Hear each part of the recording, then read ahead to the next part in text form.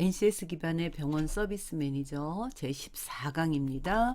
자, 이번 시간은 외래 업무이기 때문에 병원 접수라든지 예약이라든지 했던 데서 했던 내용들이 중복돼서 나오는 것들이 있을 거예요. 이런 것들은 여러분이 반드시 알아야 되는 내용, 그 다음에 핵심 내용이기 때문에 한 번 더 짚어드리도록 하겠습니다.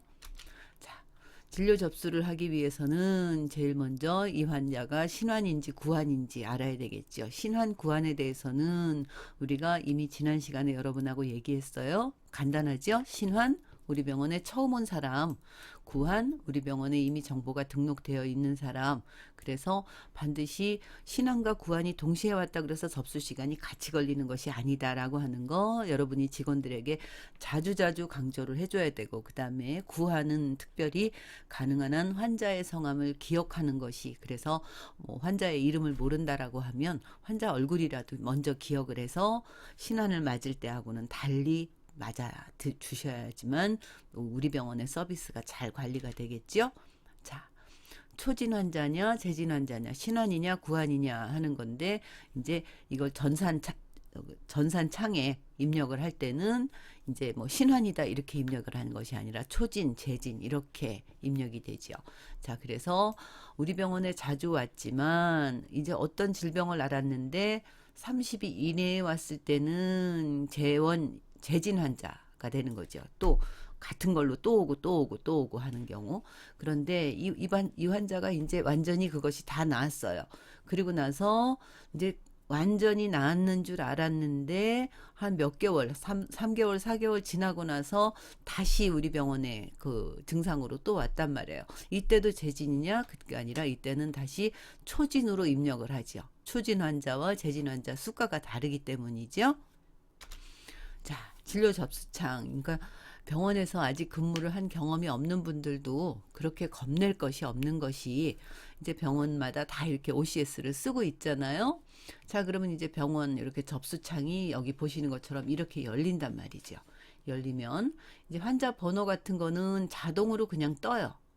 클릭을 하면 자동으로 뜨고, 그다음에 환자 이름 뭐, 그래서 이제 예를 들어서 환자 이름을 입력하고 나서 그다음에 그분의 주민번호 해가지고 이제 하나하나씩 검색을 하는 거죠.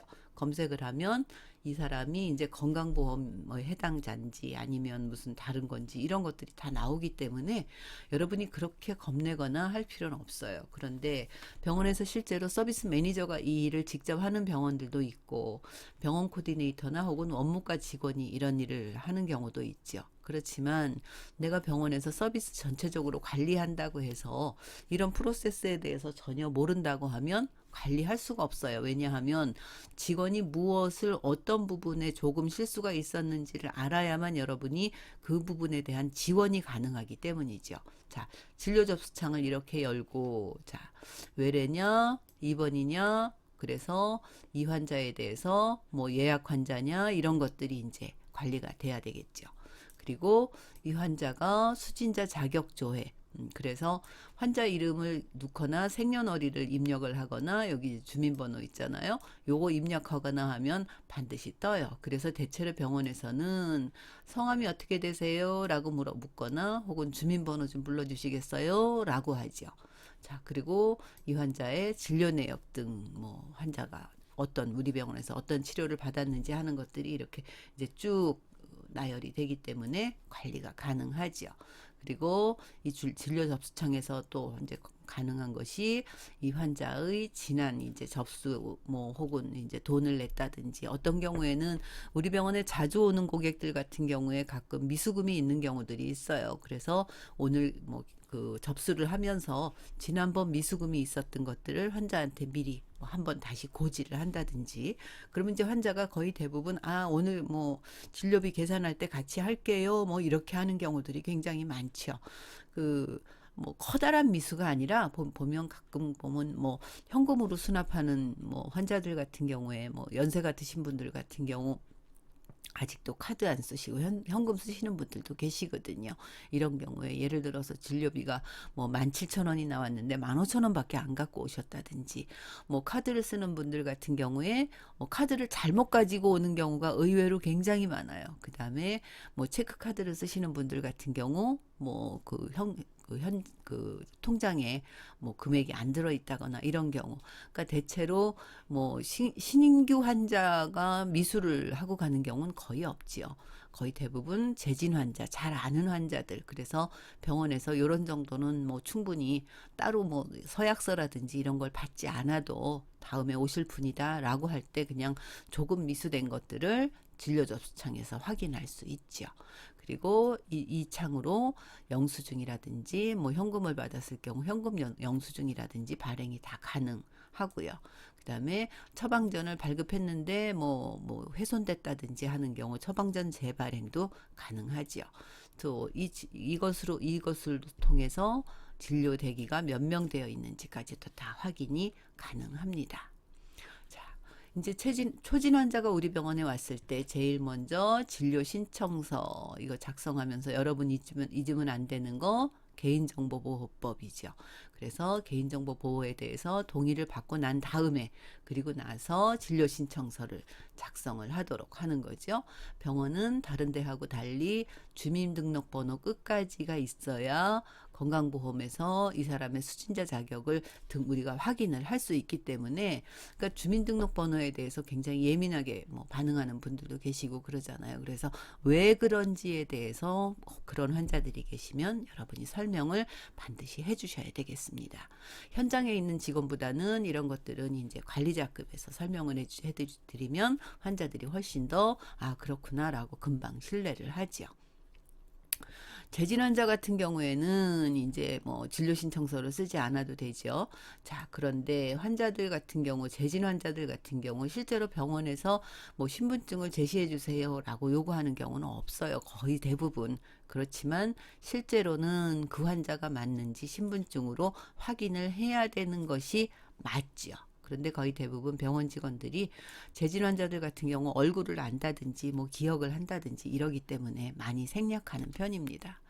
자, 이제 환자의 자격을 확인해야 되는데, 자, 건강보험 환자냐, 뭐 자보냐, 뭐 산재냐, 뭐 이런 것들을 이제 확인할 수 있죠. 자, 아까 그 화면을 조금 더 크게 만들었어요. 앞에서 본 화면이 조금 작아서 이게 보면 환자 번호는 접수할 때 그냥 자동 생성된다라고 말씀드렸죠. 주민번호는 여기 좀 지웠습니다. 뭐 이렇게 하나하나 진료 받았던 내역이라든지 청구액이라든지 미수액이라든지 뭐 이런 것들 총 진료비가 얼마인데 얼마가 할인돼서 수납은 얼마를 해야 된다든지 하는 것들이 다 나와요. 여기에 보면 진료 대기자가 몇 명이다 이렇게 나와 있잖아요. 그렇기 때문에 여러분들이 병원에서 내가 실제로 근무를 하지 않았다라고 할지라도 오히려 이런 전산 관련한 업무는 다들 컴퓨터를 잘 쓰시기 때문에 오히려 그렇게 어렵지 않아요. 그런데 언제 어려워요? 환자들을 이 전산 처리는 오히려 어렵지 않은데 이것을 가지고 우리가 면대면으로 대응하는 것들이 항상 어렵죠. 자, 그래서 이런 것들 기능에 대해서 걱정하시지 말고 이런 기능들은 우리 병원에 신입 직원이 왔을 때도 마찬가지예요. 이런 것들에 대해서는 직원들이 뭐 업무를 제대로 했는지 안 했는지 바로바로 결과가 나오니까 알 수가 있잖아요. 그날 정산을 할 때도 알 수 있고. 그렇지만 병원에서 정말 환자들하고의 관계에서 더 잘 관리가 되어야 되는 것들은 예를 들어서 이런 것들을 하면서 주민번호를 불러달라고 했는데 뭐 숫자를 잘 모르겠다라든지 뭐 이런 경우 아니면 뭐 성함을 환자들 다 듣게 너무 크게 부른다든지 뭐 예를 들어서 뭐 미수 지난번에 뭐 3,000원 덜 주고 가셨죠? 알고 계시죠? 뭐 이렇게 큰 소리로 얘기한다든지 오히려 이런 부분들이 직원들이 더 잘 관리가 되어야 되는 부분인 거죠. 자, 서비스 매니저가 직원을 잘 관리한다는 것은 직원들의 업무적인 기능뿐 아니라 직원들의 태도적인 면, 고객 서비스적인 면들을 더 잘 관리하는 것이 오히려 훨씬 더 어려운 일입니다. 자, 접수를 등록하거나 혹은 때때로 접수된 것을 취소하기도 하지요. 자, 등록번호 이거는 자동으로 뜬다라고 말씀드렸어요. 자, 환자의 인적사항 등록하고 그다음에 수가 유형을 확인하고 그다음에 보험사항 확인하고 장애 여부 확인하고 진료 과목 그다음에 선택 진료가 있으면 그런 거 그다음에 의약분업 예외 사항인지 아닌지 이런 것들 여기에서 이제 보시는 것처럼 하나하나 떠요. 예외 코드는 해당 사항 없음. 뭐 그다음에 진료는 어디, 초진이냐 재진이냐, 진료 일자, 뭐 수납 금액, 뭐 그다음에 뭐 진료 과목은 무슨 과, 이렇게 하나하나 뜨기 때문에 오히려 여러분들도 마찬가지고, 혹은 여러분이 신입을 받아가지고 업무를 가르친다라고 할 때도 마찬가지고, 직원들의 업무가 잘못된 것을 여러분들이 뭐 정정해 준다든지 보완해 준다든지 할 때도 오히려 태도적인 면이 더 어렵다 라고 하는 거. 그리고 이런 등록 부여 같은 것들은 걱정할 게 없는 게 그냥 자동 생성된다 라고 하는 것. 뭐 오히려 이런 OCS 부분들은 젊은 직원들이 금방금방 다 잘 하거든요. 자, 이제 원무에서 진료비 계산을 하고 수납을 하지요. 원무 데스크를 따로 두고 있는 병원도 있고, 뭐 의원급들 같은 경우 인포메이션 데스크에서 접수도 받고 수납도 하고 상담도 하고 뭐 안내도 하고 뭐 이러는 경우들도 많이 있어요.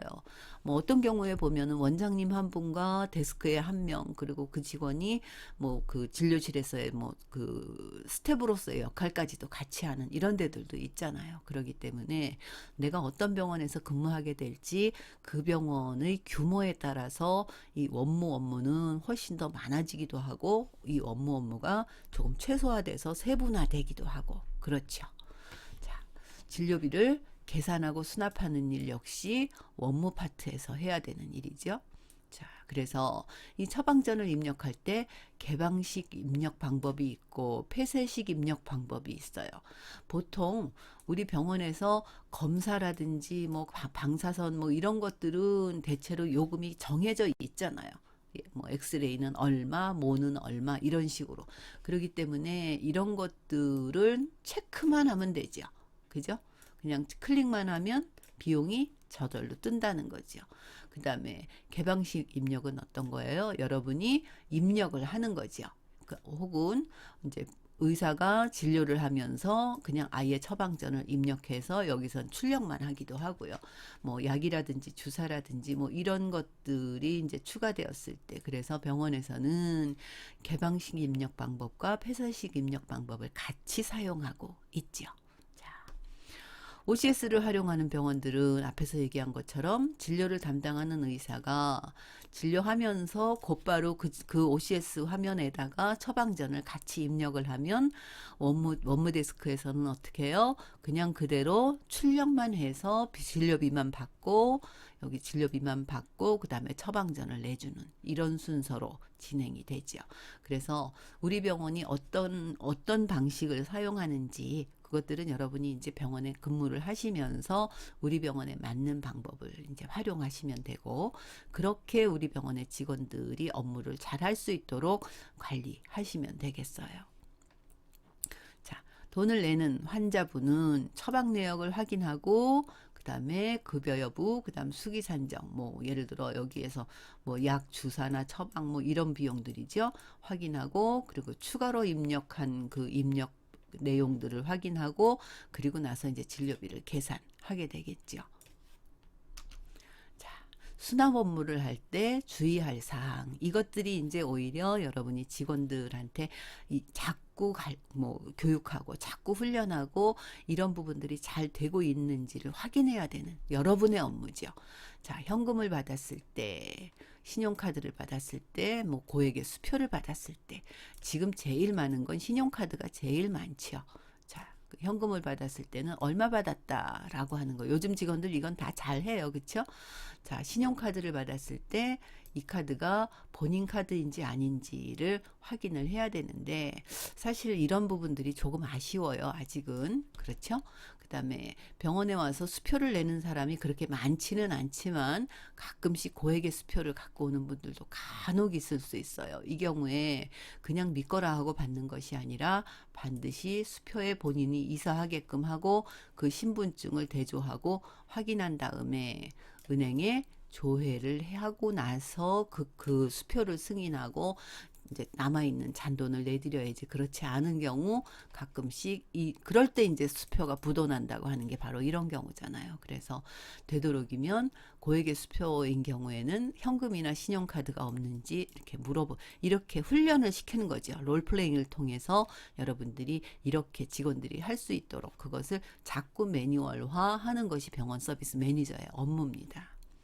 자, 그 다음에 환불 사유가 되는지, 환불에 대해서는 나중에 우리 같이 하겠습니다. 환불이 가능한지, 대상이 되는지, 투약이나 검사 시행 여부, 감액이나 미수금 여부, 이런 것들을 이제 다 확인하고, 그 다음에 적정 금액을 환불하면 되죠.